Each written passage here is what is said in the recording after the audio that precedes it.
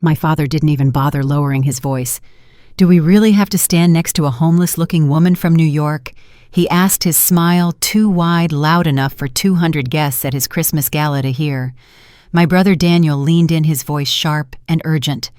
"Anna, don't embarrass me. These people are above you."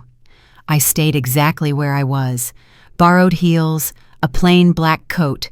Every eye in the room found me, then slid away the practiced dismissal of people who knew instinctively which bodies belonged in which spaces. No one defended me, no one ever had. To them, I was the daughter who had vanished and failed in silence. The laughter that followed my father's comment was a scattered, nervous sound like a tremor in the room. A woman near the champagne table pressed her lips together, not in sympathy, but in the quiet satisfaction of witnessing someone else's disgrace. A man I didn't recognize nudged his companion, whispered something, and they both turned away with the coordinated ease of people who had already decided I didn't warrant further attention. I watched my father smooth his tie, that familiar gesture he made when trying to appear composed. He didn't apologize. He pivoted toward a couple near the bar, already launching into some story about his latest business venture, acting as if calling his own daughter unattached in front of 200 people was simply a witty prelude to the evening. My stepmother Margaret stood 3 feet away, her smile fixed and fragile. She made no move toward me. Margaret had perfected the art of being present without being involved. She could stand beside a disaster and somehow convince everyone she'd been looking the other way. Her fingers adjusted her bracelet, a small, deliberate motion that communicated to anyone watching that she, too, had noticed the stain I represented and had chosen to remain untouched by it. Daniel caught my eye from across the room. "My brother." He gave me a look that wasn't sympathetic. It was a clear, cold warning. "Stay small. Stay quiet. Don't make this situation any worse." I'd seen that look before, at my graduation when I tried to introduce college friends, at every moment when I dared to exist as something other than a shadow in the background of their carefully curated life. The ballroom was stunning. My father had rented the grand hall of the Hartford Club, a space steeped in old money and older traditions. Crystal chandeliers scattered light across walls lined with oil paintings of long-dead founders. The Christmas tree stood 15 feet tall, decorated with ornaments that cost more than my first monthly rent. Everyone here was someone. And now here I was, his greatest embarrassment, standing in the middle of his triumph like a flaw that wouldn't lift. I remember the moment I decided not to leave. That's what the old Anna would have done, the one who believed that making herself smaller might eventually make her easier to love. But I'd spent 7 years becoming someone who understood that the space you occupy in a room isn't given to you. It's claimed. So I stayed. I found a spot near one of the tall windows where the December cold seeped through the glass and offered a sharp reminder that I was still alive. Outside, snow had begun to fall, soft and indifferent. A server passed with a tray of champagne, his eyes moving through me as though I were furniture. He didn't offer. I didn't ask. That's when I saw him enter. Thomas Reynolds, the name on every invitation. Reynolds Capital was the kind of firm that didn't need to return phone calls from people like my father. I watched Thomas work the room, moving without rushing, how people angled toward him like plants toward the sun. He had the kind of presence that money alone can't buy. My father intercepted him near the bar, hand extended, smiling too wide. I could read the raw desperation in his posture, the slight forward lean, the way his free hand gestured too broadly, trying to manufacture importance. Thomas was polite. He shook my father's hand, nodded at something said, and then his eyes moved past my father's shoulder. They found me across the room. I didn't look away. For a moment, neither of us moved. My father was still talking, gesturing toward Daniel, now trying to weave a narrative of success and family achievement. But Thomas wasn't listening anymore. He excused himself. I saw my father's face fall, the confusion flickering before he composed himself. Thomas was walking toward me. I thought about the first time I'd met him in a conference room overlooking Central Park. I'd been wearing a consignment suit, my resume printed on borrowed paper. He'd asked me one question in that interview. "What are you afraid of?" I told him the truth. I was afraid of becoming someone who needed permission to exist. He'd hired me on the spot. Now 7 years later, he was crossing my father's ballroom with that same curious expression. He stopped in front of me. The conversations nearby faltered, then stopped entirely. Someone's champagne glass paused midway to their lips. "Anna," he said, and the way he said my name made it sound like a promise kept. My father materialized beside us, his social radar finally engaging. "You two know each other?" he asked, his voice falsely light. Thomas looked at him, and I saw the shift from politeness to a quiet, pointed disbelief. "Of course," he said. "She's your boss." The room went completely still. Even the ambient noise of clinking glasses and shuffled feet seemed to hold its breath. I watched my father's face cycle through confusion, suspicion, and then something that looked undeniably like fear. His mouth opened, but no words came out. Thomas wasn't finished. "Anna is the majority shareholder of Reynolds Capital. It has been 3 years. I assumed you knew." I hadn't told them. I'd let them believe I was nothing because nothing was the only role they'd ever offered me. My father's hand trembled as he reached for his champagne glass. Around us, the whispers began spreading through the crowd like a rising tide. I looked at Daniel. His face was pale, his jaw slack. I looked at my stepmother. Her fixed smile had cracked, revealing something raw beneath. I looked at my father, the man who'd called me unattached in front of everyone he wanted to impress. And I realized this night wasn't about proving who I'd become. It was about standing in a room full of people who'd dismissed me and discovering that their opinions no longer held any weight. They'd spent years forcing me to feel small. Tonight, they were the ones who didn't know where to stand. I didn't notice it happening at first. No one ever does when the extraction is gradual. After graduation, I took a job that sounded impressive enough to silence my father, junior analyst. The company name carried enough weight to suggest a future. He nodded once the way he used to when something barely cleared the minimum bar of his expectations. That should have been my first warning. The office wasn't overtly cruel. Everyone smiled. Everyone talked about opportunity like it was a prize you earned by waiting your turn. I arrived early because presence felt like protection. I stayed late because unfinished work had a way of migrating to my desk, even when it wasn't officially assigned to me. People stopped asking if I could help and started assuming I would. It felt like validation in the beginning. It always does. "You're good at this," someone said, once glancing over my shoulder as I corrected numbers that weren't adding up. "You just see the inconsistencies others miss." I smiled and said thank you. I didn't question why those others were already partners. By winter, my desk had become the quiet destination for problems. Not on the official roster, just loose ends that needed tidying, files that needed cleaning. Clients no one wanted to manage, but everyone wanted handled successfully. When a senior associate missed a deadline, the work quietly slid toward my corner. When a presentation needed salvaging, I was added to the email chain late just in time to fix it, and just early enough to be blamed if the entire effort collapsed. I stopped counting hours. I stopped leaving my laptop at home. In meetings, I watched people explain conclusions I had reached alone at midnight, speaking with the confidence that came from knowing they would never be questioned. I learned to keep my face neutral when my own words came back to me in someone else's voice. No one lied. They simply omitted my contribution. Performance reviews came and went. My manager sat across from me. "You're incredibly dependable, Anna," he said, hands folded. "That quality is rare." Dependable, not promising, not moving forward. When I asked about growth, he hesitated a fraction of a second that told me everything. "You do excellent work," he said carefully, "but leadership roles require presence, visibility. You tend to fade into the background." I nodded, because nodding had become a reflex. I left the review with a heavier workload and the distinct feeling that I should be grateful for the additional burden. The project that finally cracked my composure arrived without ceremony. A volatile client with a history of threatening litigation.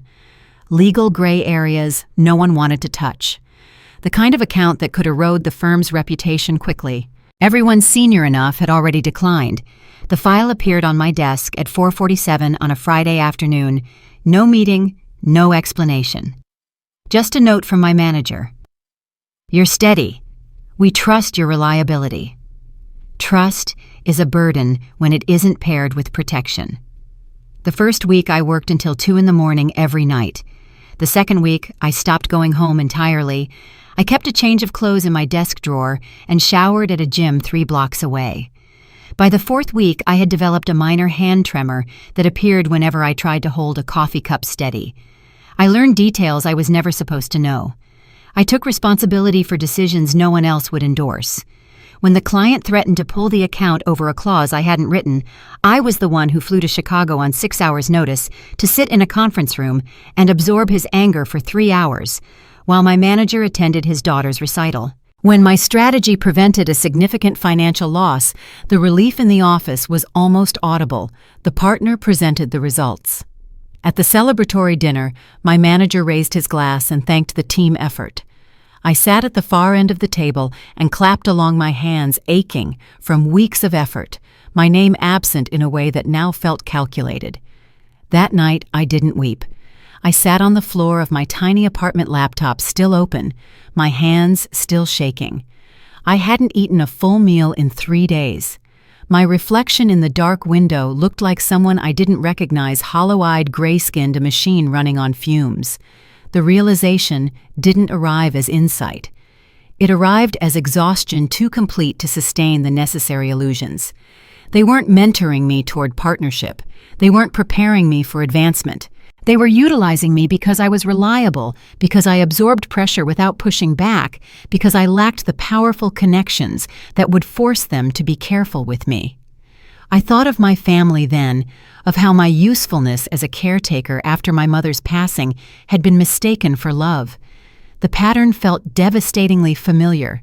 I started paying attention, not with anger, but with absolute clarity.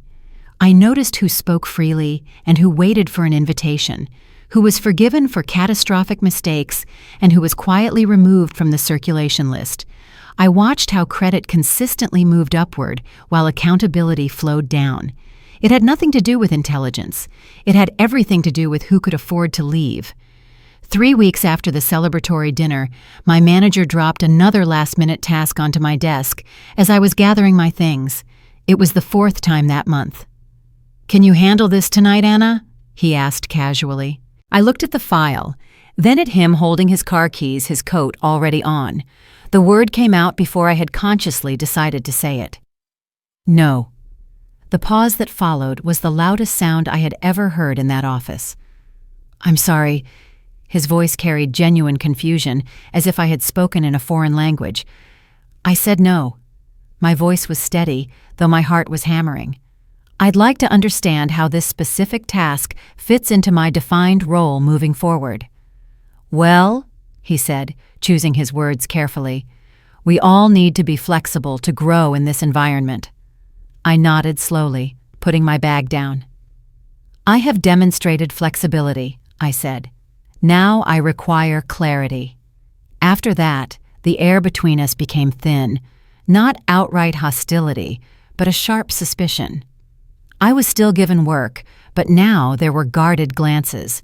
When I didn't immediately volunteer for extra work, someone else had to, and the inconvenience showed on their faces. For the first time, I understood what had always been true. They hadn't valued me because I was quiet and competent. They had valued me because I didn't resist. And the moment I did, even politely, I became an inconvenient problem. I didn't resign. Not yet. I stayed long enough to map the machine, long enough to learn where the real leverage lived and what information was truly valuable. They thought they were draining my potential. They didn't realize I had stopped pouring myself into their system. Quietly, methodically, without telling a soul, I began preparing for a career that didn't require anyone's permission. They never noticed, and that, in the end, was their irreversible mistake. The conversation that formally severed my life from my family happened on a Saturday afternoon in April. I remember the weight of the day, knowing I should have been studying for final exams in my New York apartment, but instead driving back to Connecticut. My father's voice on the phone had been clipped professional, demanding my presence to discuss something important. I knew instantly it wasn't good news. My father never called me for celebrations. I arrived just after noon. Margaret's prize roses bloomed along the meticulously kept walkway. Daniel was already there, sitting rigidly in the living room, avoiding my gaze. "Anna," my father's voice cut through the silence, "Come into the study, please." The study was always his place of judgment. Dark oak leather chairs, walls lined with books that served as decoration rather than reading material. He sat behind his desk like a monarch about to deliver an edict, with Margaret standing guard beside him. I sat in the chair across from him, the same chair that had absorbed a decade of his disappointment in me. "We need to talk about your future," my father began, his hands clasped on the dark wood. I waited. "Margaret and I have been discussing your situation, and we're deeply concerned about the professional path you've chosen." My situation. I was a problem, a variable that needed to be managed, not a person to be respected. "I'm on track to graduate with high honors," I stated, keeping my tone flat. "I have 3 competitive job offers in finance already." "In New York," he countered, emphasizing the city's name as if it were a synonym for recklessness. "Yes, in New York." He leaned forward, a practiced, persuasive gesture. "We think you should reconsider. Come home. I can get you a position at the firm. Daniel will be taking over the Hartford office eventually, and we could use someone discreet to handle the administrative side." Administrative side. After 4 years of relentless academic and professional struggle to reach the top ranks of my university. "You want me to be Daniel's secretary?" I translated, meeting his gaze. "Don't be deliberately dramatic, Anna. It would be a high-level management position. Eventually. It provides stability." I looked at Margaret. Her face was neutral, but the small tightening around her eyes revealed the satisfaction. This was her victory, me back under control, positioned to serve the legitimate heir. "And if I refuse?" My father sighed, a sound heavy with exaggerated patience. "Anna, we are trying to offer you a safety net. New York is a merciless place, and those jobs you're considering, they demand connections you simply do not possess. They are not secure." He meant I didn't have a trust fund. I didn't have a network of family friends waiting to catch me. Daniel would inherit everything. I would inherit nothing but a lifetime of being told I wasn't enough. "I have myself," I said, a quiet conviction in my voice. "That is my connection." He shook his head dismissively. "This stubborn streak is precisely the issue. You feel this need to prove something. But the world doesn't reward raw effort, Anna. It rewards people who understand their position. People like me." The words chilled me, though I'd expected them. "What does that phrase mean exactly?" I asked. "It means you need to stop pretending you're a force of nature. You're my daughter, and that comes with certain family expectations. Stop acting like you're an independent powerhouse." I stood up slowly, driven by an instinct beyond conscious thought. "Your daughter," I repeated, letting the mockery fill the word. "I haven't felt like your daughter in years. I've felt like an inconvenience, a problem you hoped would quietly resolve itself." Margaret intervened smoothly. "Anna, we're trying to help you. You've been struggling on your own for so long. Let us provide structure. Structure to do what? To disappear more completely into Daniel's shadow." I glanced toward the doorway. Daniel still fixed on his phone, feigning deafness. "Daniel!" I called out, my voice cutting across the room. "You have no opinion on this, on me being asked to come home and be your subordinate." He looked up startled, then quickly lowered his eyes. "It's not like that, Anna. Dad just thinks it would be better for you to be closer to family support." "Family?" I laughed, the sound sharp and painful. When was the last time anyone in this family stood up for me? When did I last feel like I actually belonged here? The only answer was a heavy silence. My father's expression hardened. The facade of the concerned parent vanished. "If you leave," he stated, his voice now flat and definitive. "If you walk out of this house and go back to New York against my wishes, you are entirely on your own. Don't expect any financial support. Don't expect any professional connection ever. I will make it clear to everyone in my network that you chose to sever ties. You will not use my name as a reference. You will not claim any connection to this family in any professional context." The threat was precise, surgical. He wasn't just cutting me off financially. He was threatening to poison the well. "I've never expected anything from you," I replied. "You made sure of that years ago. Then understand this. Don't come back when it falls apart. Don't show up here financially ruined and without work expecting us to save you. You choose the path you live with the absolute consequences." I looked at him, searching for the slightest trace of the father I remembered from my early childhood. He wasn't there. "I understand the terms," I confirmed. He nodded once, a sign that he considered the argument closed, and himself the victor. "One final thing," I added. "When I leave, it won't be because I failed to meet your standard. It will be because I chose a life infinitely better than the one you're offering. And when everything I build proves you wrong, don't you dare rewrite the history. Don't claim you supported me. You forfeited that right the day you decided I wasn't worth your time." Margaret's composed expression flickered into surprise before she could recover. My father's jaw tightened. "If you walk out that door, don't bother coming back until you're someone of consequence." I walked to the study door. My hand was on the brass handle when I felt a tremor running through my entire body, the visceral pull of wanting him to stop me, wanting him to say something that would make this unnecessary. He said nothing. I turned back. "When I come back, Dad," I promised, my voice steady, despite the tremor, "you won't recognize me. And by then, your opinion won't matter at all." I drove back to New York that night. For the first hour, I kept glancing at my phone on the passenger seat, waiting for it to light up. A call, a text, anything. The screen stayed dark. I didn't pack anything from my childhood room. I left the photographs, the old trophies, the ghost of the girl I used to be. I had anticipated devastation or anger. Instead, I felt an intense, liberating lightness. The weight of trying to conform to a space that was never meant for me had finally lifted. I was truly alone with no one to call if the world turned against me. But I was also undeniably free, free from the hope that they would change, free from the cycle of small humiliations, free from the lie that love had to be earned through perpetual self-diminishment. My father had issued a challenge, "Don't come back until you're someone." I accepted. New York didn't welcome me with open arms. The city demands tribute first.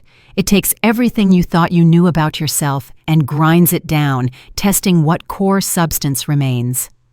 I arrived with a junior analyst job offer that paid just enough to secure rent in a cramped shared apartment in Washington Heights. 4 roommates, 1 bathroom, a constant smell of old pizza and ambition. My bedroom was a narrow box. It was supposed to be temporary. It lasted 2 years. For the first time in my life, I was utterly anonymous. No one knew my family name, my past, or the diminished story they had assigned to me. I was just another hungry 22-year-old chasing a future that had yet to materialize. My job was at a small investment firm in Midtown. Not a recognizable name, but respectable enough. My title meant I executed whatever tedious task the higher-ups deemed beneath their time. They noticed the effort, but not the person.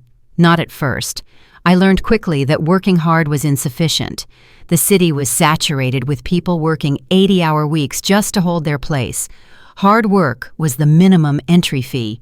Advancement required something entirely different. The first real crisis came in my 3rd month. My roommate, a paralegal who worked nights, moved out without warning, taking the security deposit and leaving me responsible for her share of rent. I had 11 days to find $300 I didn't have. I sold my laptop, the good one my mother had given me before her passing.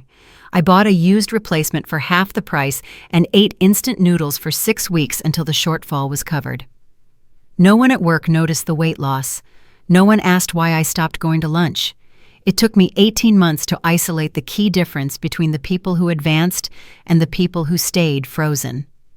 18 months of arriving early, staying late, and watching people with half my diligence move past me like I was standing still.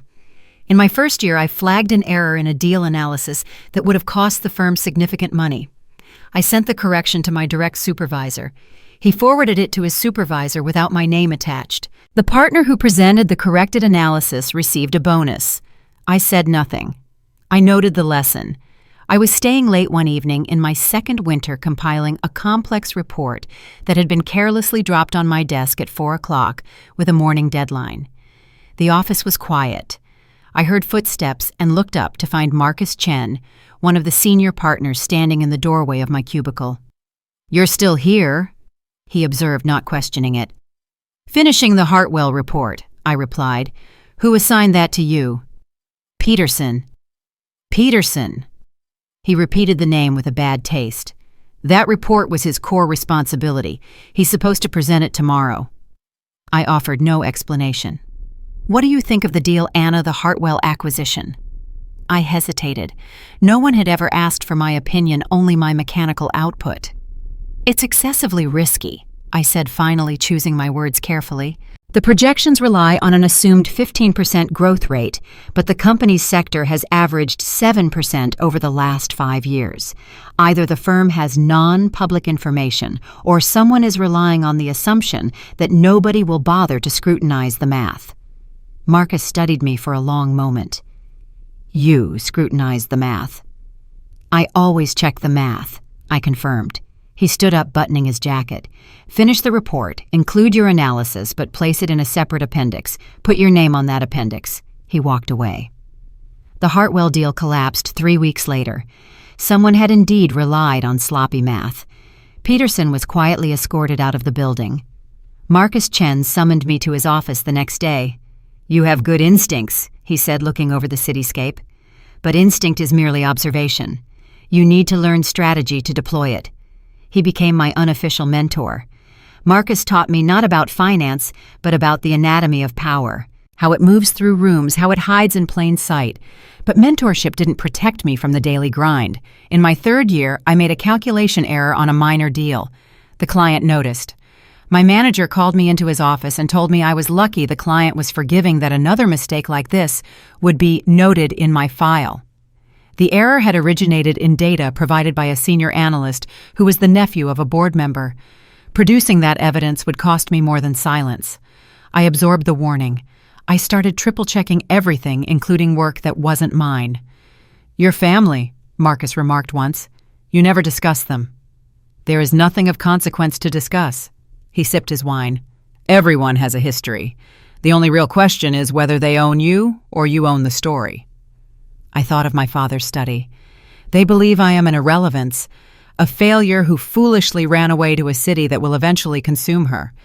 Marcus set down his glass decisively. "That, Anna, is your greatest advantage. The most effective opponent is the one no one is watching." I didn't fully grasp his meaning then. I was 34, and I was about to embark on the next level. I moved out of Washington Heights, then into a small, entirely private apartment in Brooklyn. I changed jobs, moving to a larger firm where the stakes were exponentially higher and the lessons more brutal. I stopped posting anything public. The few perfunctory calls from home ceased entirely. By the time I turned 27, I had become someone entirely unrecognizable to my family. The girl who was easily erased was still there, but now she was armored. I was ready for the next level. They never noticed. And that, in the end, was their irreversible mistake. No one offers a course on how to see what others miss. It's not a skill you acquire in a classroom. You develop it the way a body grows scar tissue, layer by layer, each small trauma leaving behind something tougher and more insightful than what was there before. My ability to anticipate problems, to notice the subtle inconsistencies in data and behavior, came directly from years of being invisible. When everyone looks past you, you learn to look at everything else. The most vital information isn't in the formatted reports or the polished presentations. It lives in the silences, the quick glances, the things people reveal when they believe no one who truly matters is paying attention. At the second firm I joined, there was a managing partner named Victoria Ashford. She was 63, had been in the business for 40 years, and possessed a severe reputation for destroying careers with a single skeptical glance. The junior staff actively avoided her moving to the stairs rather than sharing an elevator. I sought her out. It wasn't bravery, it was calculated necessity. I studied Victoria in meetings. She rarely spoke first, and almost never spoke at all, unless her words would irrevocably change the direction of the conversation. When she finally spoke, entire rooms would reconfigure around her authority. I needed to understand the mechanics of that power. I started staying late on days I knew she was in the office. Our workspaces were on the same floor hers, a corner office with commanding views, mine a cubicle near the rattling copy room.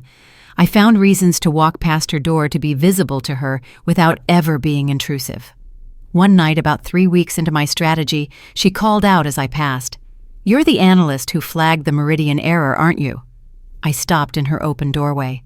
"Yes." "Come in, close the door." Her office was minimalist, every surface clear, except for her laptop and a heavy crystal glass half filled. I sat in the chair she gestured to. "Why did you catch it?" she asked without preamble. "I'm sorry." "The error. 3 senior analysts with decades of experience reviewed that deal before it came to your desk. None of them saw the discrepancy you flagged." "Why did you—" I considered the question. The honest, simple answer was also the most potent truth. Because I didn't have the option to assume it was correct. Victoria watched me over the rim of her glass. "Most people assume correctness. It's faster, it's easier, it requires less personal risk. I don't have the luxury of assuming anything." "And why is that, Anna?" I met her sharp, unflinching gaze. "Because if I am wrong, there is no one who will defend me. I don't possess the kind of background that affords second chances." Something subtle shifted in her expression. Not sympathy, which Victoria seemed incapable of, but a sharp, clinical recognition. "Good," she said, nodding once. "Use that deficiency."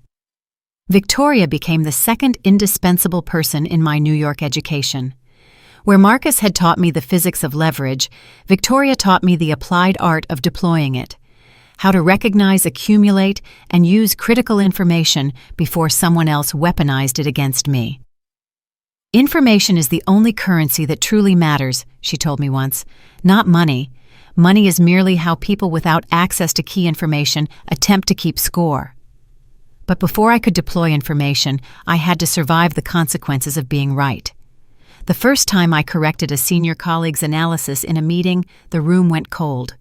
The colleague, a man named Harrison, who had been with the firm for 15 years, smiled at me with his mouth only and said, "Thank you for that perspective, Anna." Within a week, I was reassigned from his project team to a dead-end compliance review. The second time, I learned to route my corrections through Victoria, first letting her present them as her own observations.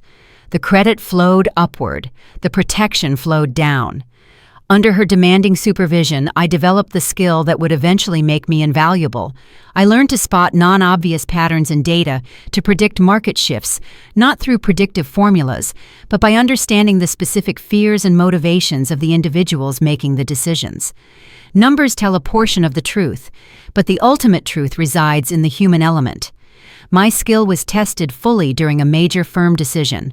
The partners were considering acquiring a high-growth tech company that looked immaculate on paper. Everyone was celebrating the impending bonuses. I spent 3 weeks scrutinizing every filing.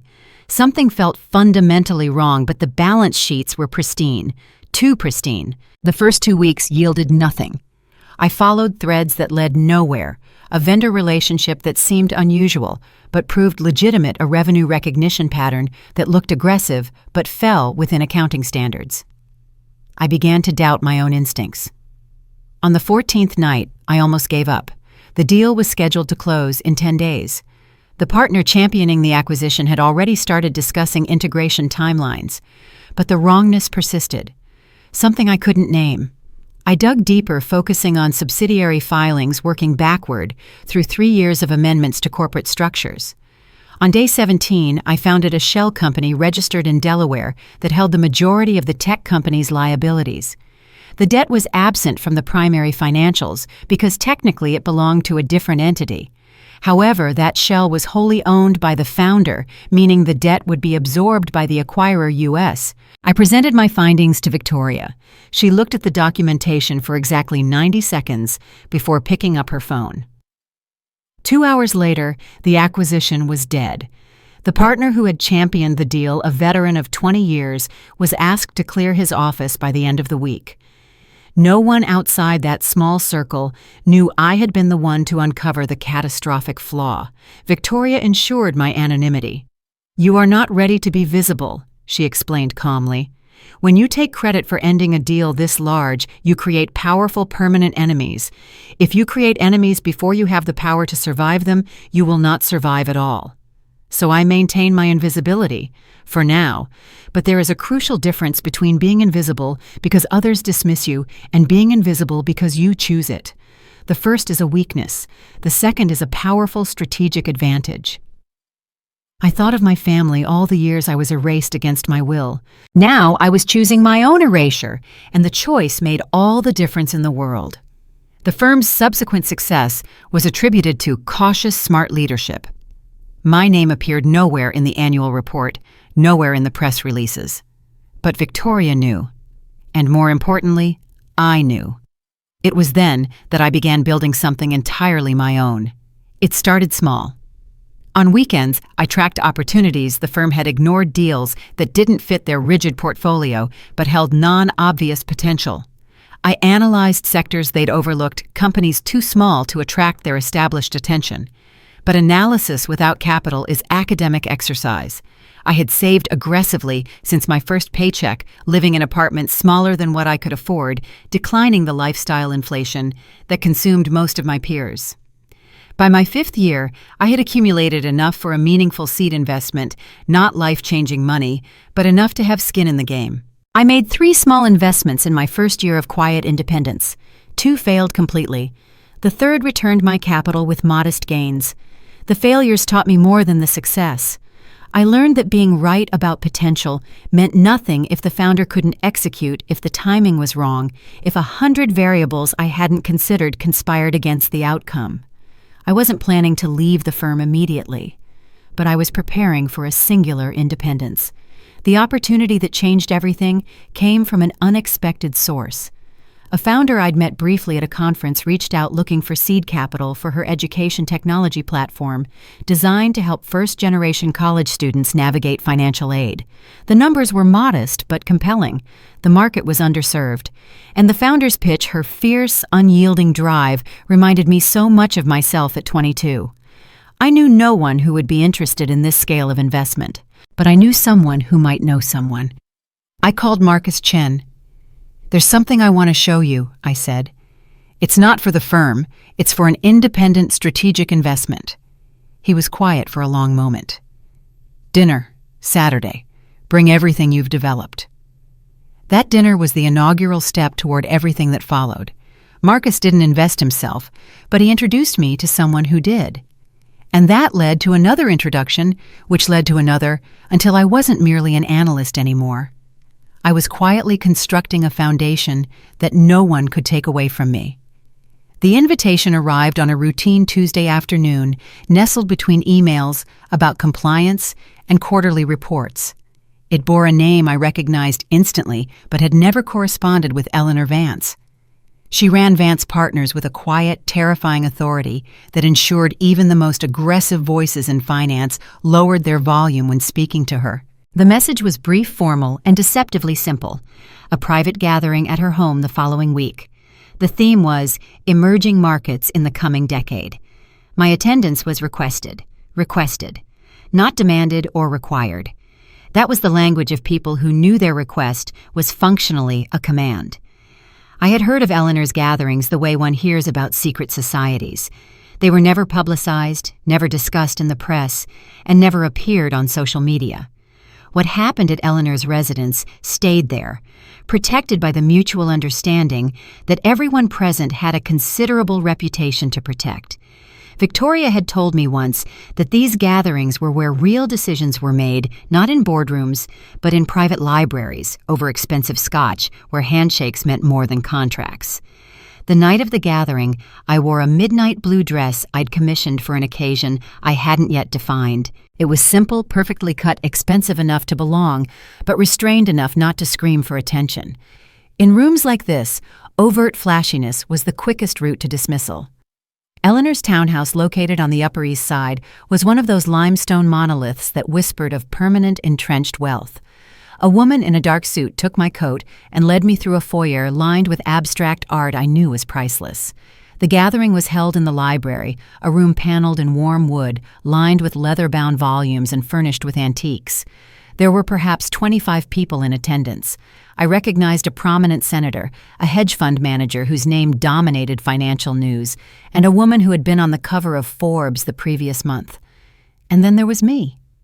Anna Chen, 30 years old, with no recognizable family name, no established history, and no obvious reason to be standing among this elite. I secured a drink and positioned myself near the tall windows, allowing me to observe without being conspicuous.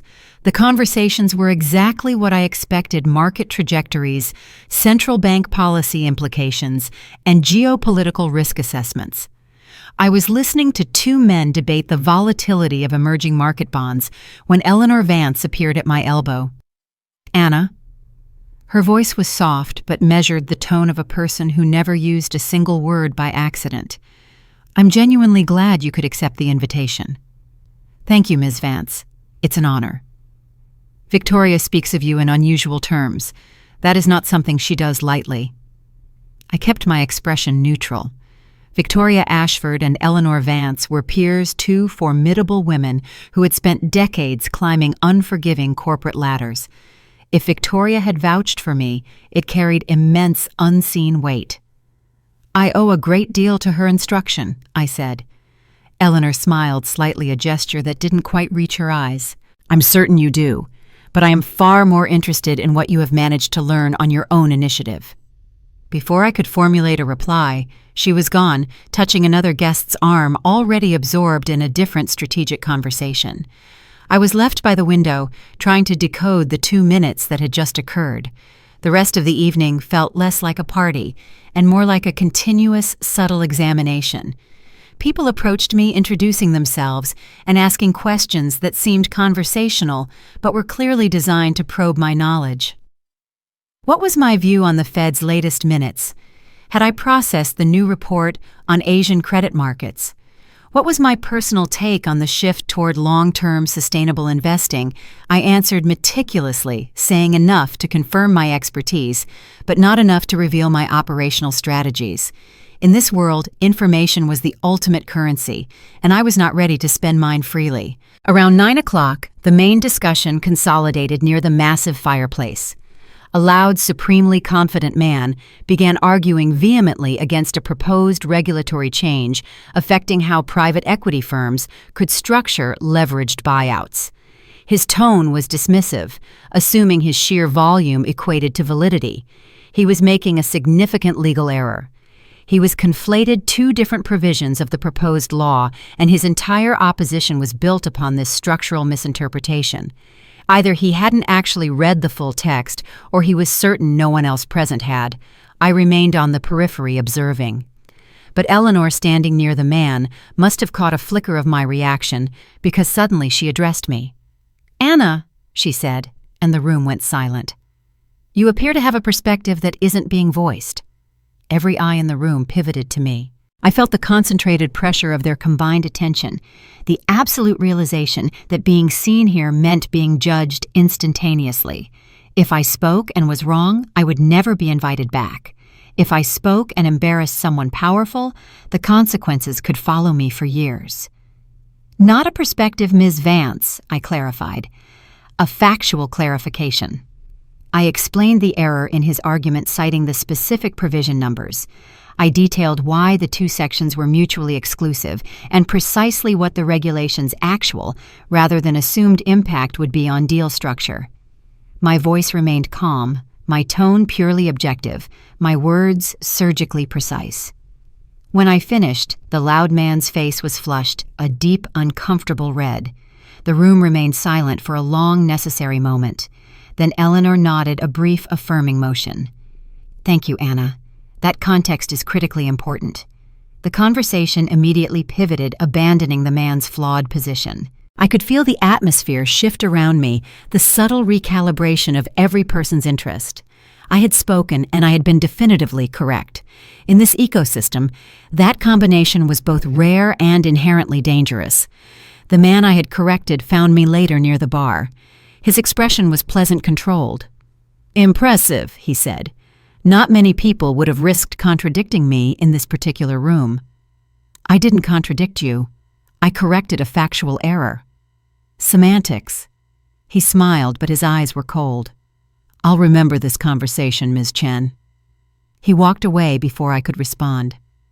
As I was leaving, I noticed a distinguished silver-haired man watching me from near the door. His face suggested he had witnessed enough in life not to be easily impressed. He didn't approach. He simply nodded once, a gesture of acknowledgement, and turned away.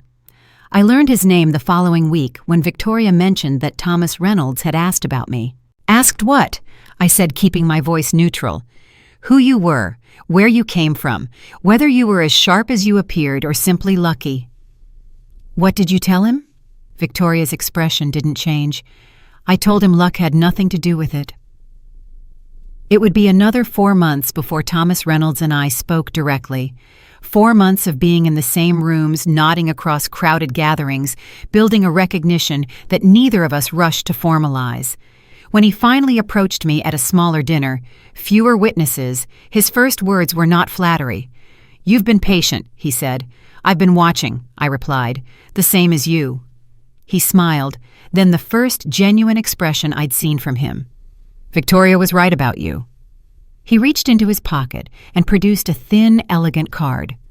"When you reach the stage where you are ready to construct something significantly larger than your current structure, call me directly."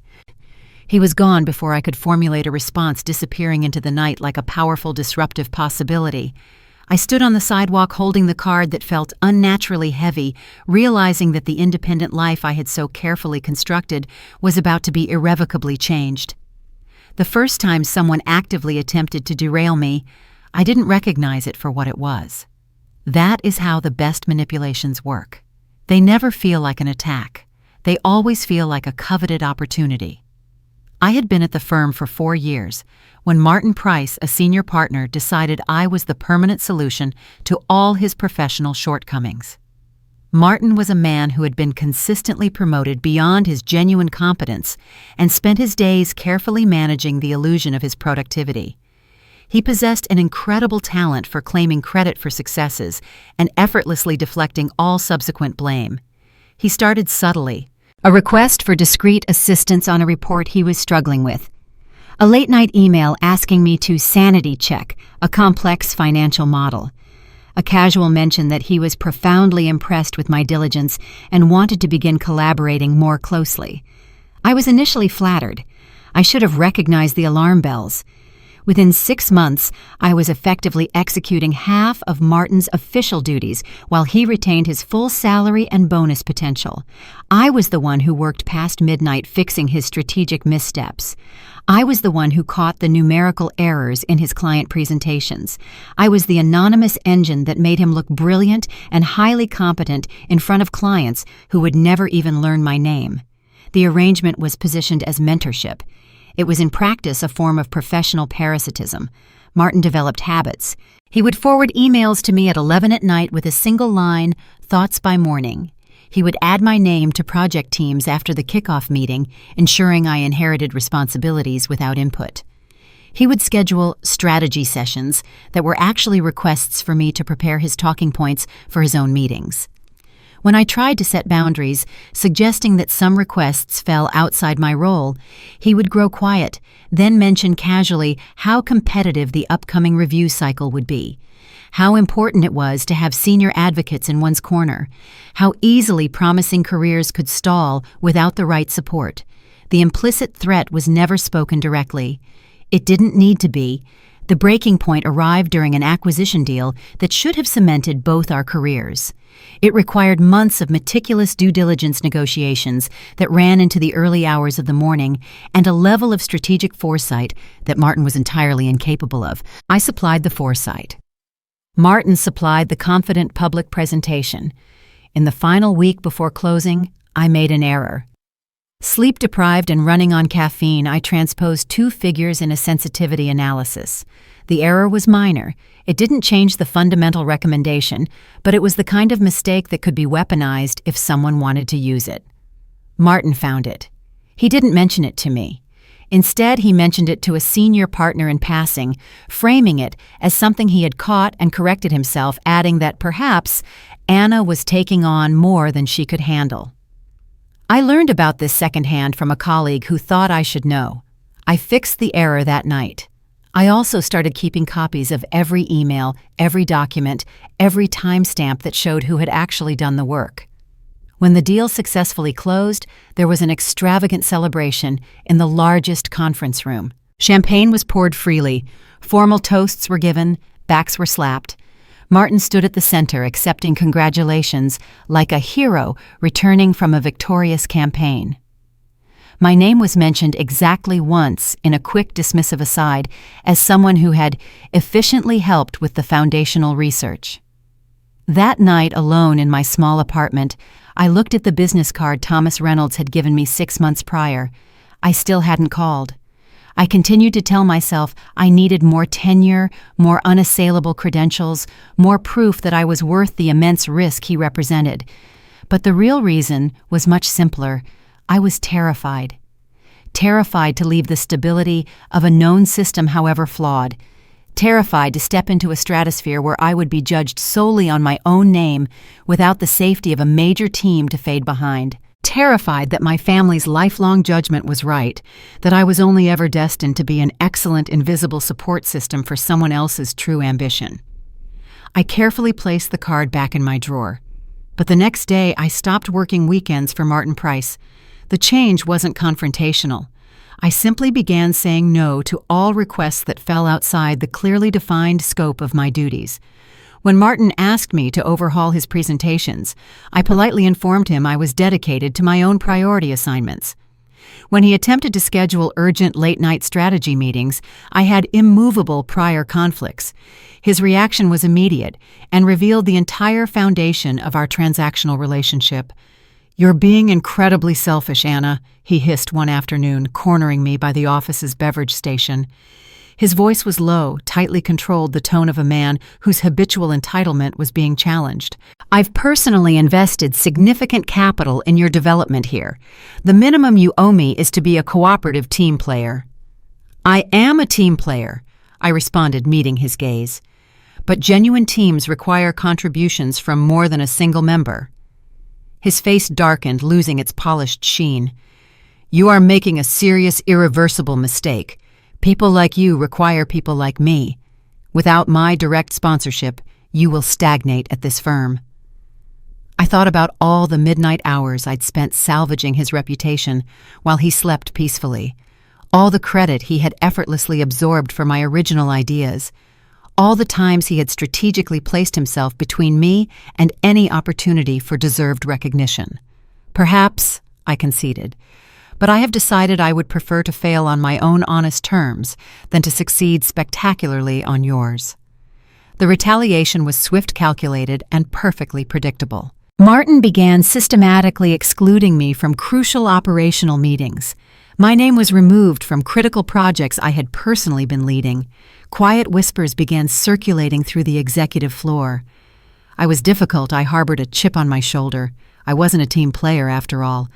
A senior associate stopped me in the hallway to mention with false concern that she had heard I was struggling with the workload. Another colleague asked if everything was okay at home.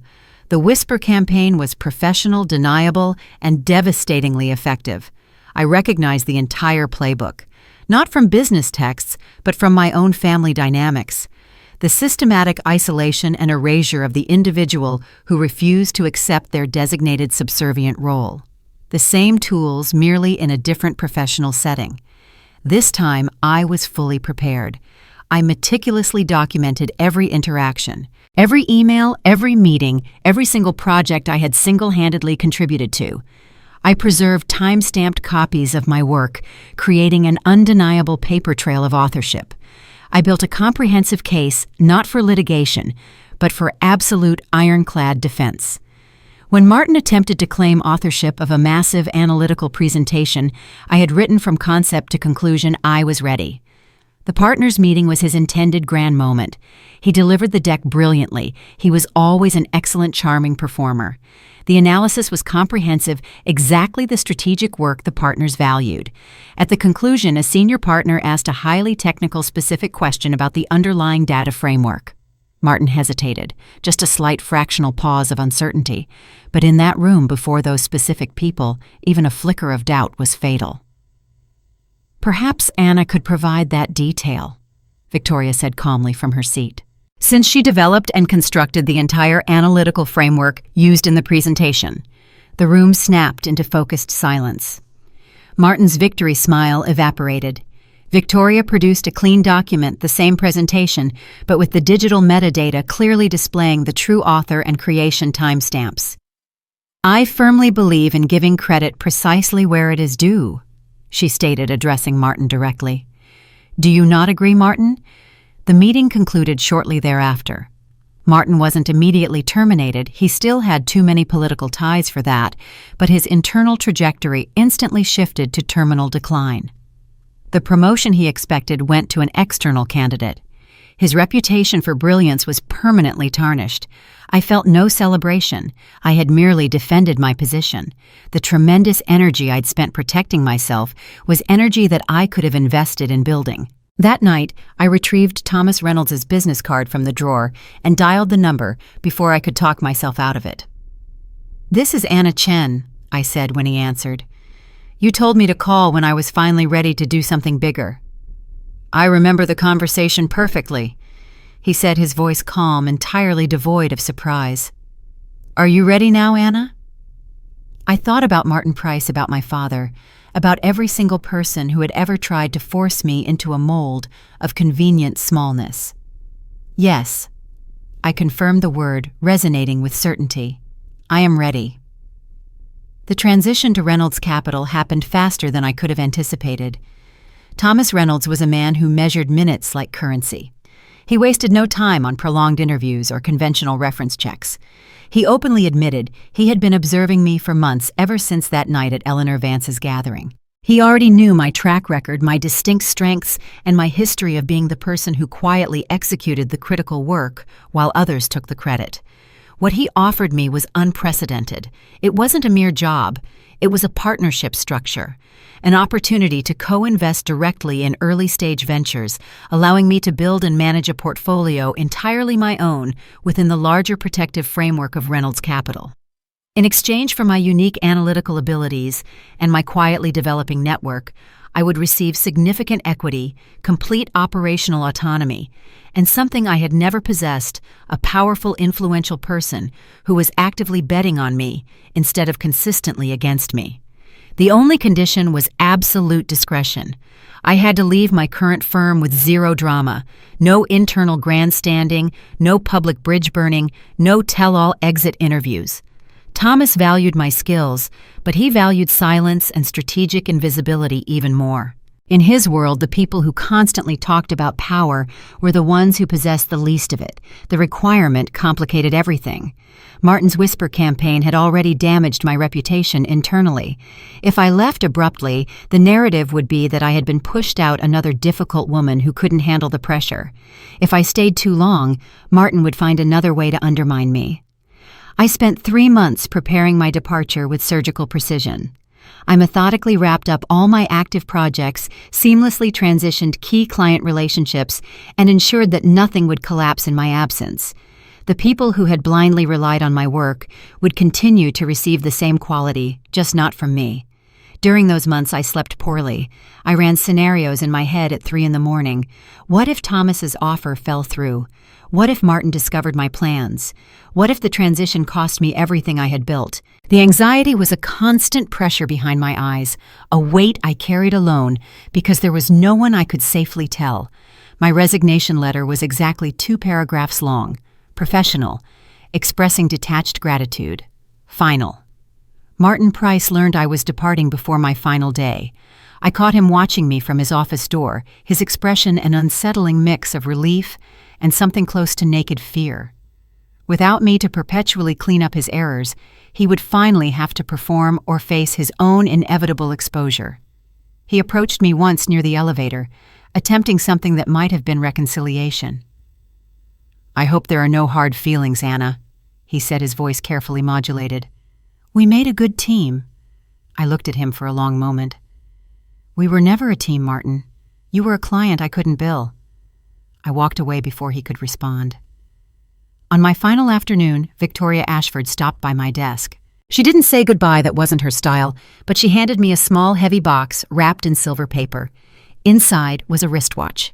Simple, heavy, and elegant, the kind of piece that cost significantly more than my first year's salary at the firm. The back was engraved with a crisp, stark sentence. Time is the only resource that can't be recovered. Use yours wisely. Thank you, I said, meeting her eyes, for everything you taught me. She gave one sharp nod. Don't thank me, Anna. Succeed. That is the only gratitude I require. Reynolds Capital operated out of a pristine glass tower in Midtown, the kind of building that announced its importance silently. My new office was on the 32nd floor, a smaller space than the partners' suites, but larger and more luminous than anything I had ever occupied. It had a window that faced east, toward a personal future I was finally ready to define on my own terms. Thomas Reynolds's approach to leadership was vastly different from Victoria's clinical precision or Marcus's philosophical distance. He operated largely on instinct, trusting his gut about people and deals in ways that often defied conventional metric-based analysis. Under his expansive guidance, I learned that sometimes the best strategic decision was the one you couldn't fully justify in a spreadsheet. The numbers tell you what happened, he explained during one of our early strategy sessions. The right people tell you what will happen. Learn to read the people, and the financial metrics become a necessary but secondary footnote. I applied his philosophy immediately to my first major co-investment, a complex healthcare technology startup that every other analyst had dismissed.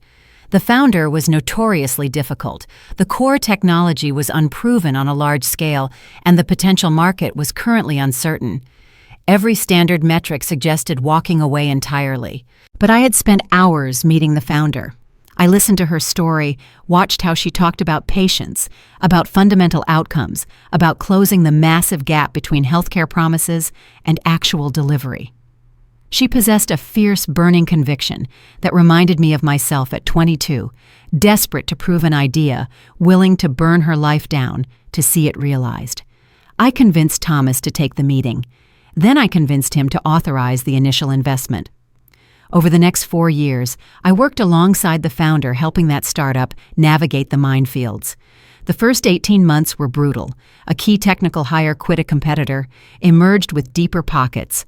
A pilot program with a major hospital system collapsed over regulatory concerns. I considered walking away twice.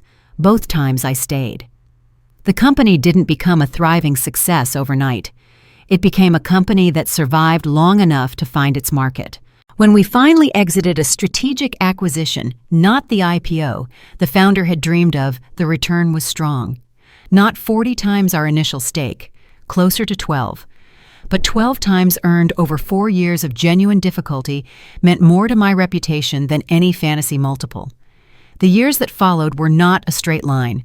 By 32, I had built a portfolio that looked impressive on paper, but included 2 significant losses that kept me awake at night.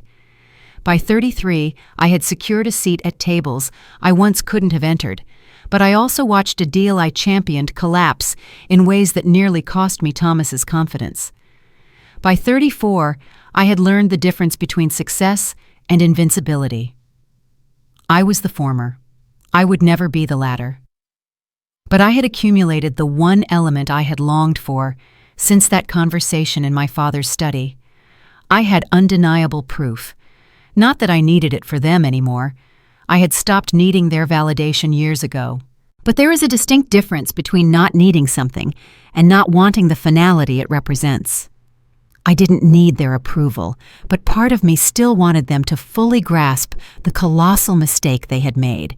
Not for retribution, but for the closure of an open, painful chapter. The final conclusive opportunity arrived unexpectedly. Thomas announced his retirement in the fall of my 7th year at Reynolds Capital.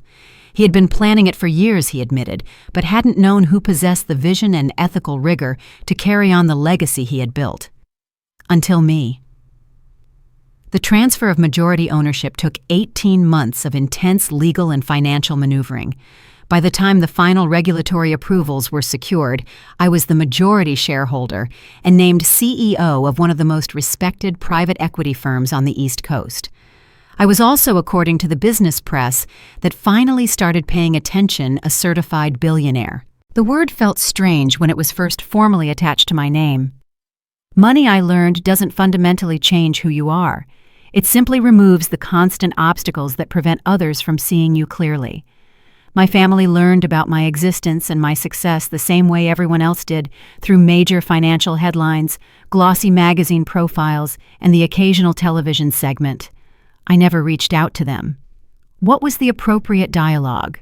Look at me now. Remember when you declared I would never amount to anything? The satisfaction of that confrontation was always far better in my imagination than it would be in an awkward, meaningless phone call. What I craved was not recognition. It was complete, permanent indifference. The ability to hear my father's judgmental voice in my memory and feel absolutely nothing at all. I was almost there. The Christmas gala invitation arrived in early December, forwarded through so many layers of professional intermediaries that it took time to trace its origin back to my father's office. His annual holiday celebration, the event I hadn't attended in 12 years. This year, Thomas Reynolds was listed as the official guest of honor, the man my father had been trying desperately to meet for decades. Thomas called me the day the invitation arrived. "You know, Richard sent this," he said. "He has no concept of our current relationship. He believes I'm coming to celebrate his continued business success." I looked out my window at the Manhattan skyline, at the concrete and glass city that had tested me, tempered me, and turned me into someone my family would never comprehend. "I know," I said. "Are you going to accept the invitation?" I thought about the girl who'd stood in that dark study, told she was essentially worthless. I thought about the woman who had quietly constructed a massive empire from the rubble of that rejection. I thought about the immense space between those two individuals. Yes, I set a sense of cold, perfect finality settling over me. I'm going. Not for retribution, not for vindication, but because some narratives demand a definitive ending, and this one had been left open for far too long. The 2 weeks preceding the gala felt like the absolute calm before a storm I was no longer afraid of facing. I went about my work attending board meetings, closing complex deals, flying across time zones, and all the while I was intensely aware of what was coming. The feeling was not dread, but a profound, almost detached curiosity. The first definite sign that their reality was fracturing came from Daniel. He called on a random Wednesday evening. I didn't recognize the number, but his voice when it came through the speaker was tentative. "Anna," and he said my name like he was testing whether he still had the right to use it. "It's Daniel, your brother. I know who you are." A pause. "I wasn't actually sure you'd even answer my call." I almost didn't. He cleared his throat, that nervous sound I remembered from childhood. "Look, I know we haven't been close. I know things were complicated when you decided to move. But Dad's having the party, and I was wondering if I'm planning to attend. Are you—" I let the question hang there, savoring the uncertainty in his voice. Daniel had been shielded from uncertainty his entire life. Our father had smoothed every path. "Yes," I said finally. "I'm coming." "Oh." He sounded genuinely surprised, then tentatively relieved. "That's great. That's actually really great news, Anna. Dad will be pleased." I profoundly doubted that last sentence, but I didn't correct him. "I have to ask," Daniel continued, his voice taking on a more probing tone. "Are you doing okay? Financially, I mean, because if you need help with travel or clothes or anything." "I don't need help. I'm just saying, if the city has been tough, there's no shame in—" "Daniel," I cut him off. "I don't need help. I'll see you there." After hanging up, I sat with the phone for a long time, thinking about the boy Daniel used to be. I wondered if any trace of that boy still existed beneath the carefully tailored corporate identity he'd become. The next sign came from an entirely unexpected source. I was attending a formal charity gala in the city. A woman approached me near the bar. She was my approximate age, possessing the impeccable polish of someone raised within the same Connecticut social circles as my family. I didn't recognize her, but she clearly recognized me. "You are Anna Chen," she confirmed. "Richard Harris's daughter." I was. "Today I am just Anna Chen," she offered a quick, knowing smile. My mother went to school with your mother, Emily. She used to talk about how lovely she was. I've been quietly tracking your career. What you've managed to build is genuinely spectacular. Thank you. I also know, Anna, that your family currently has no idea who you have become. She leaned in slightly. I attended a dinner party last month. Your father was there. When someone finally asked about his other child, he dismissively said you were finding yourself in New York. Finding yourself. As if you haven't found enough capital to financially dominate everyone in that entire room. I maintained my neutral expression. Finding myself. The casual dismissal that I was still the lost, directionless girl. He doesn't know the truth, I confirmed. None of them do. The best outcome, I said, meeting her gaze, is the kind where they have no one to blame but themselves. They didn't look because they didn't want to see. And now Thomas Reynolds is attending their Christmas party, as my guest. Thomas Reynolds, the one your father has been actively trying to secure a meeting with for decades. The same Thomas Reynolds. And he knows about you, about your actual position. I allowed myself a rare, slow smile. He knows absolutely everything. The woman laughed, a sound of genuine, unbridled delight. I genuinely wish I could be in that room to witness their faces. You absolutely can be, I said. I am permitted to be a guest. And so 2 weeks before Christmas, I arrived at my father's gala with a distinct advantage, a witness. The girl who left had nothing but raw determination. The woman who returned had everything else. Tonight everyone was about to fully comprehend that distinction. The ballroom looked exactly as my memory preserved it. The same blinding crystal chandeliers, the same somber oil paintings, the same careful assembly of entrenched money and institutional power. Yet it felt entirely different because I was different. My companion for the evening was Catherine. We entered together, two women, generating a quiet, inevitable ripple of attention. My father spotted me almost instantly. He was standing near the entrance, playing the gracious host, shaking hands with the forced sincerity of a politician. When he saw me, his carefully composed expression fractured. Surprise, then rapid confusion, and finally a flicker of outright alarm. I crossed the room directly toward him. Anna. He said my name like it was an unfamiliar word he was testing for meaning. You actually came. You sent me an invitation, Dad. I didn't think you would bother. He caught himself rapidly recalibrating his social persona. It has been a significant time. You look well presented. Thank you, I replied, ignoring the awkward phrasing. He glanced at Catherine, struggling to place her in his mental hierarchy. And your friend, Catherine Moore, her mother knew mine years ago. The mention of my mother always had that slight disruptive effect on him, a reminder of the time before Margaret, before the slow erosion of our family unit. It's good to see you, he said, the words practiced and completely hollow. Daniel mentioned you'd achieved some success in New York. A good position, he said. Did he? Yes, something about a recent promotion. He was visibly fishing, I realized. He had no true understanding of my life, no grasp of the vast empire I had built in the years of his definitive absence. Anyway, welcome. Please make yourself at home among the guests. Make yourself at home. In a room full of people who had watched him call me unattached 2 years ago, the layered irony was almost unbearable. I moved through the gathering with Catherine exchanging polite greetings with various distant relatives who looked at me with confusion, as if trying to match my current appearance to a dusty childhood photograph. An elderly aunt who had meticulously tracked every one of Daniel's accomplishments finally asked what I was currently doing these days. A perpetually bored cousin asked if I was still living in that hectic city. I replied to them with vague, pleasant non-answers and watched their eyes inevitably slide past me toward more recognizable sources of power. They still didn't know. To them, I was the disappointing footnote, the daughter who had run away and predictably failed. The first definite crack in that rigid assumption came moments later. A distinguished man whose face I placed from various financial interviews approached me near the champagne table. He had the quiet, focused confidence of a person who no longer needed to rush anything. "You're Anna Chen," he stated. "I am. Marcus Chen's protege, I believe." He smiled warmly. "I suspected you might be here tonight.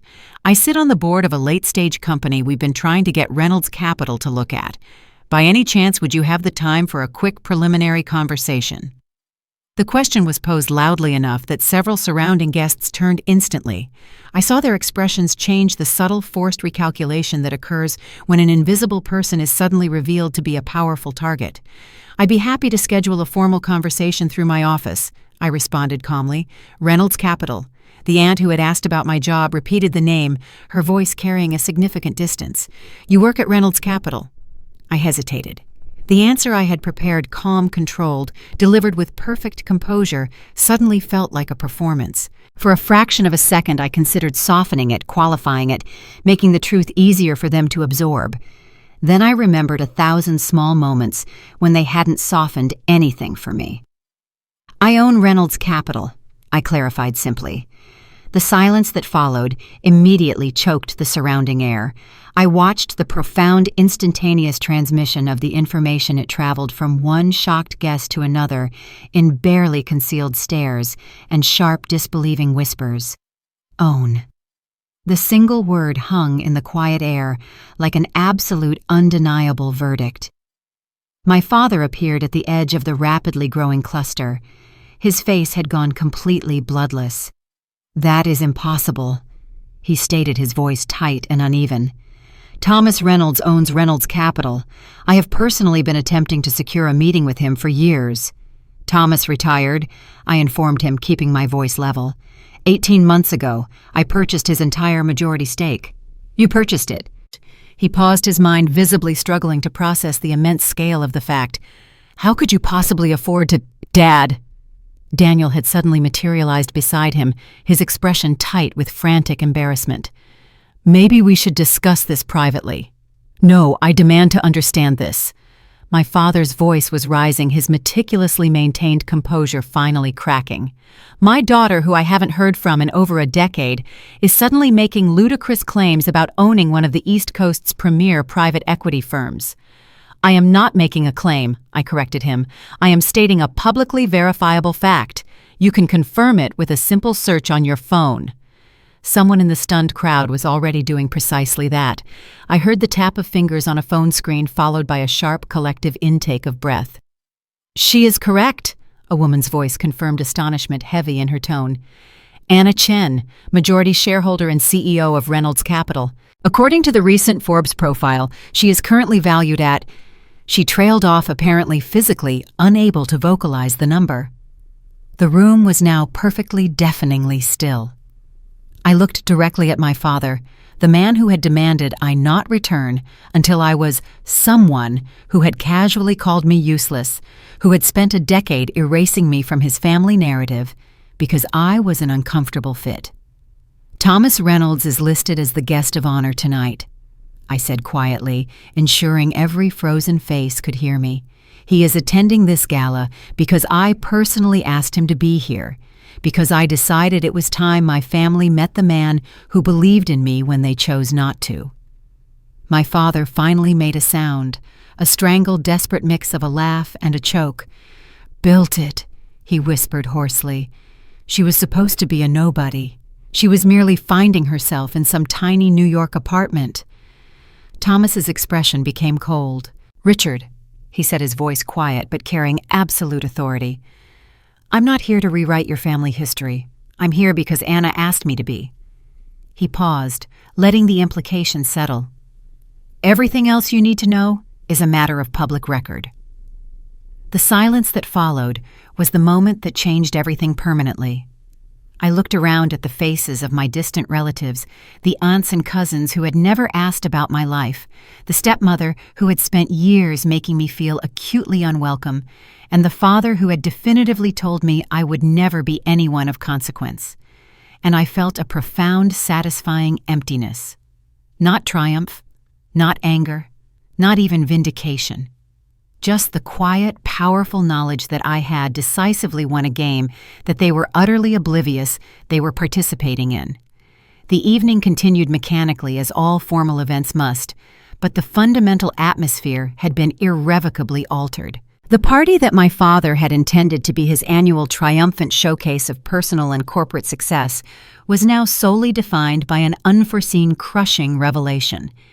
Every conversation, regardless of its starting topic, seemed to inevitably orbit around me, even when I was standing deliberately across the room.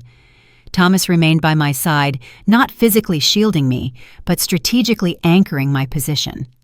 His mere presence served as a constant, powerful reminder to every guest that their long-held narrative about me had been permanently supplanted by a documented, highly public truth. The formal toast portion of the evening arrived the part where my father traditionally delivered a lengthy, self-congratulatory speech, thanking everyone for their loyalty. He took the temporary stage at the front of the ballroom, clearing his throat into the microphone with the weary air of a man who had entirely lost control of his own script. "Thank you all for taking the time to be here tonight," he began, the words coming automatically devoid of his usual conviction. "As many of you know, this annual gathering is a chance for our firm to celebrate the past year's victories and look forward to the next." He paused a significant, uncomfortable gap. His eyes scanned the crowd and found me. "It is also, of course, a chance for our families to converge," he continued, his voice thin and forced. "And I am particularly pleased that my daughter Anna was able to join us this year." The acknowledgement caused another immediate ripple through the room. I saw eyebrows arching higher, people leaning in to whisper a repetition of the earlier devastating fact. "Anna has been diligently pursuing her career path in New York." My father continued, the strain now audible in his voice, "and I am naturally proud of everything she has managed to accomplish." Proud. The word resonated in the air like a profound, transparent lie that everyone present immediately recognized as false. A distinguished man near the front tables raised his hand, overriding the polite silence. "Richard, if you'll excuse the directness, is the information correct? Is your daughter the current CEO and majority owner of Reynolds Capital?" My father's jaw visibly tightened. He hesitated, then issued a tiny, defeated nod. "That appears to be the undisputed case, yes. And you were entirely unaware of this fact until tonight." The question asked, with an innocent journalistic curiosity, was professionally devastating. How could a father remain entirely ignorant that his own child had risen to become one of the most powerful, successful business leaders in the country? The question itself exposed a catastrophic failure of attention and familial connection. Our family has unfortunately been focused on different and distinct priorities. My father managed, struggling to maintain his composure. We experienced a period where we sadly lost touch over the years. Lost touch. The man repeated the phrase, turning it over like a cheap, damaged coin. "I see." The truncated speech that followed was short, halting, and intensely awkward. My father had clearly prepared long remarks detailing his own firm's modest successes, Daniel's assumed inevitable rise in the company, and the powerful family legacy he was diligently constructing. Now those words sounded utterly hollow, rendered irrelevant by the revelation that the very family member he had permanently dismissed had silently built a financial entity that overshadowed his entire life's work. When he finished speaking, the applause was polite, immediate, and noticeably muted. The real inescapable damage occurred in the professional conversations that immediately resumed. I happened to overhear two of my father's longtime business associates standing near the bar area. I still cannot believe Richard didn't know this about his own daughter. More crushing than that, he spent years telling people she was the difficult one, the absolute failure who refused to follow his prescribed program. He told clients she was utterly unremarkable. And now she could buy his entire struggling company with the change in her expense account. They didn't realize I was standing close enough to hear every syllable, or perhaps by that point, they simply ceased to care about his delicate feelings. My father's desperate attempts to network through the remainder of the evening were total failures. Conversations that should have revolved around his quarterly achievements kept inevitably circling back to pointed questions about me. Did he possess intimate knowledge of the healthcare deal?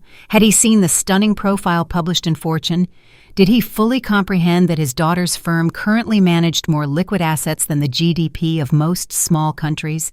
Each casual question was another precise small-scale humiliation, delivered not with malicious intent, but devastating nonetheless.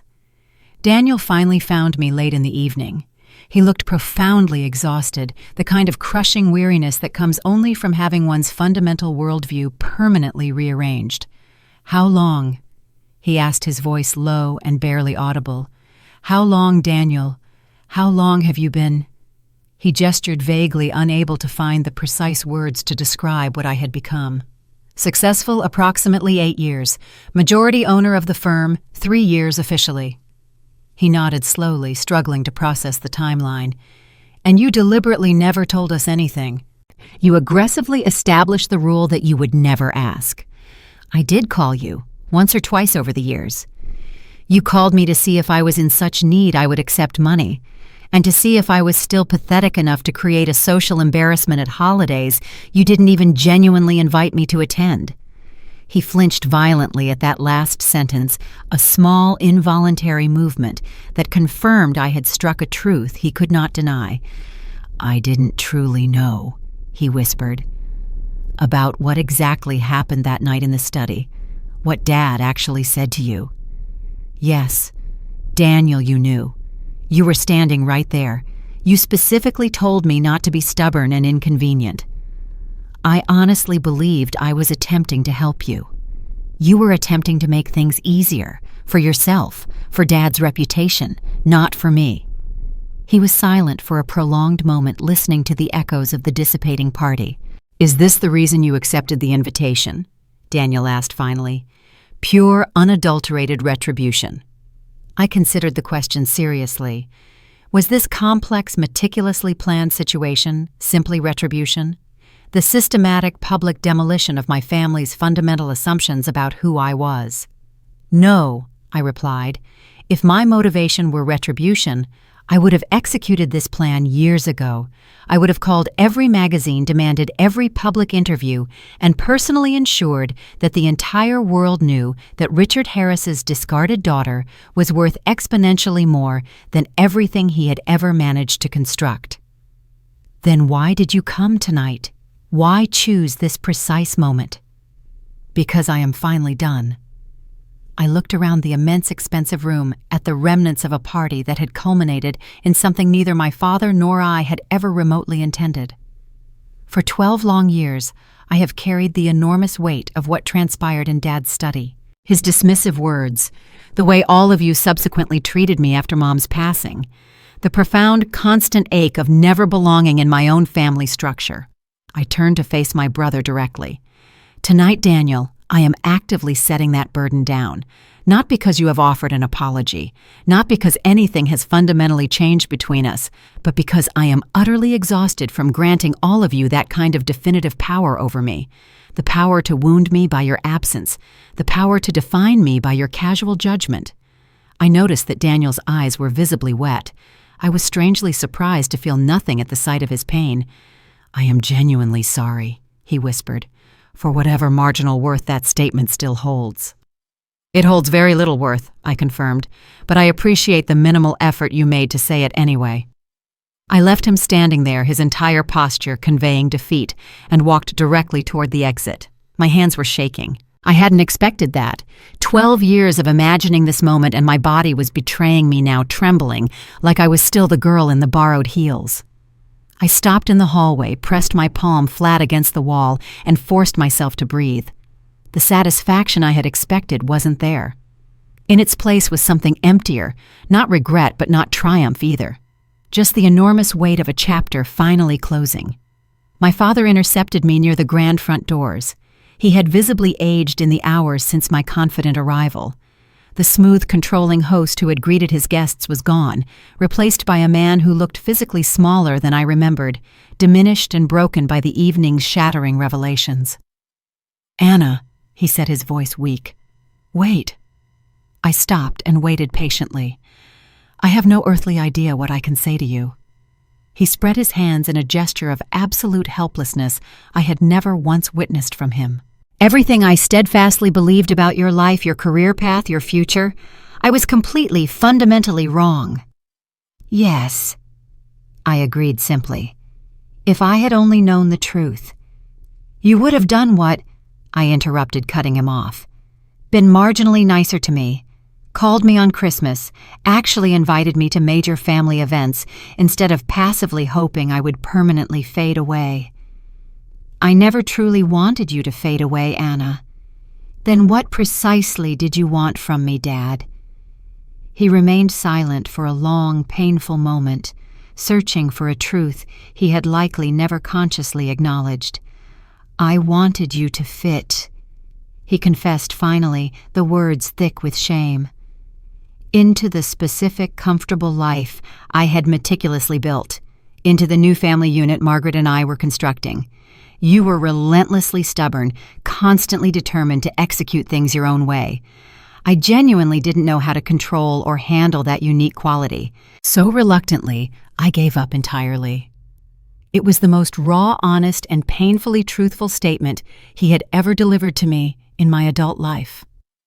I know that is the truth, I said quietly, and that is the part that inflicted the deepest wound.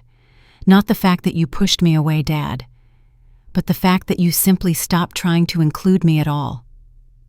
Thomas appeared at my elbow, coat draped over his arm. Ready to depart, Anna. I looked at my father one last time, the man who had issued the challenge, who had spent a decade pretending I was irrelevant. I was always someone of consequence, Dad. I stated, my voice firm and clear. You simply lacked the vision to see it. And then I walked directly out the door, leaving him alone to stand among the elegant ruins of his own devastating, lifelong assumption. The morning immediately following the gala, I woke up in my New York apartment with a peculiar, unprecedented feeling in my chest. It wasn't the expected rush of triumph or the bitter taste of satisfied retribution. It was something profoundly quieter, something that felt exactly like peace. My professional phone had accumulated dozens of messages overnight. I ignored every single request. Instead, I made a strong coffee and stood at my window, silently watching the city begin its workday below. The streets were filled with thousands of anonymous people, all caught up in their own private narratives. I thought about the young girl who had first arrived here 12 years ago. She had been so profoundly wounded then. Every subsequent achievement had been partially driven by that lingering wound, a desperate, fierce need to validate her own self-worth to them. But standing here now, I finally understood something crucial. The initial anger had been a necessary fuel. The aggressive drive for success had been utterly essential. But the desperate need to prove anything to them had finally irreversibly run its course. My family knows the truth now. But knowledge itself did not possess the power to magically heal those old, deep wounds. Success, however enormous, could not erase those painful memories. What could change, I realized, was simply me. I could choose to fully let go of the need for their approval. I could stop measuring my entire life's achievement against the yardstick of their monumental failures of imagination. I could finally accept that some familial relationships were fractured beyond any meaningful repair, and that profound acceptance was not synonymous with defeat. I could finally, truly be free. The doorman buzzed to notify me of an unscheduled visitor. A few minutes later, a soft knock came at my apartment door. It was Daniel. He looked completely undone. His eyes were red-rimmed, his face unshaven, and he was still wearing the same crumpled clothes from the gala the night before. "Can I please come in?" he asked, his voice exhausted.